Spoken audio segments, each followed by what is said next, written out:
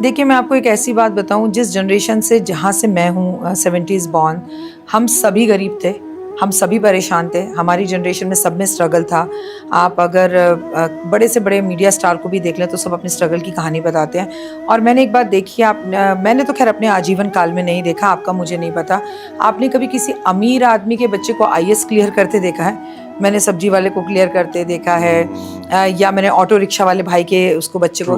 तो जब स्ट्रगल होता है, गरीबी आती है, तो उस गरीबी से बाहर निकालने के लिए ही उन्हीं के बच्चे स्ट्रगल करके आगे बढ़ते हैं। मैं 1970s बॉर्न हूँ, तो नेचुरली हम बहुत एक मिडिल क्लास से भी मिडिल क्लास फैमिली में थे। मैंने अपने फादर को बहुत छोटी उम्र में खो दिया था। वनस्थली विद्यापीठ राजस्थान से मैंने अपनी पूरी पढ़ाई करी है, और जो एशिया का नंबर 1 गर्ल्स हॉस्टल्स में से आता है। बहुत अच्छा था इंस्टीट्यूट, और मैं मानती हूँ मेरी तरक्की के पीछे जो सारा रीज़न है वो वनस्थली विद्यापीठ का है। और मैं अपनी खुद मौसी के घर पर ही रहती थी, मदर के घर कम रहती थी, क्योंकि मेरी मदर वॉज वर्किंग, फादर नहीं थे, तो मुझे ज़्यादातर मौसी के घर ही रहना पड़ता था। कभी स्कूल जा पाती थी, कभी नहीं जा पाती, तो वो बहुत ही गंदा वाला और स्ट्रगल वाला एक समय रहा। लेकिन ज्योतिष विद्या की तरफ मुझे कुछ नहीं पता था, और मैं कभी ज्योतिष बनना भी नहीं चाहती थी।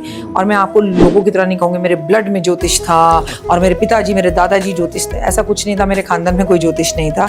और किसी का फैमिली में कोई हो और तभी आप जो है जीवन में कामयाब हो, ये नहीं मैं मानती। और ऐसा होता तो सचिन के बेटे भी बहुत बड़े क्रिकेटर होते। आप किसी अमीर के घर में पैदा होकर अमीर नहीं होते, लेकिन आप किसी गरीब के घर में पैदा होकर टैलेंटेड और अमीर हो सकते हैं, ये पक्का है। मेरा रुझान भगवान में बचपन में था, ये बात सच है। मैं बहुत छोटे में पूजा करती थी। हमारे हॉस्टल में ना एक मैदान में कोने में एक छोटी सी तुलसी का पौधा उग गया था। पता नहीं दिल में कहाँ से आया, तो मैं रुई की जो बत्ती है उसको बना कर टेढ़ी मेढ़ी, छोटी सी थी, 6th क्लास में पढ़ती थी, और उसमें दिया जलाती थी। मेरे पास दिया नहीं होता था, मैं ज़मीन पर मिट्टी में रखकर उसको तेल में भिगोकर, और पता है किस तेल में? आंवले के तेल में, जो मेरी माँ ने मुझे बालों में लगाने के लिए दिया था। बस मुझे अच्छा लगता था, जब मैं उसे अपनी खिड़की से देखती थी, वो पेड़ों के बीच में से प्रकाश करता, तो मेरा बहुत रुझान था भगवान की तरफ।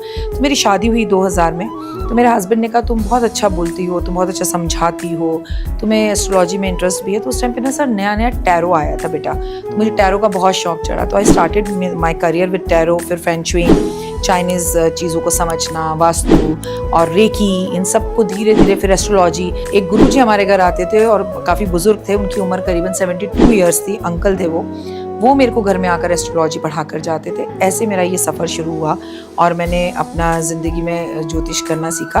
लेकिन भगवान की कृपा से ज्योतिष और भगवान, और मैं कहती हूँ मेरे करियर, मेरी ज़िंदगी में जो चेंज आया वो मेरे हस्बैंड तेलुगु ब्राह्मण हैं और मैं पंजाबी हूँ। It's a love marriage.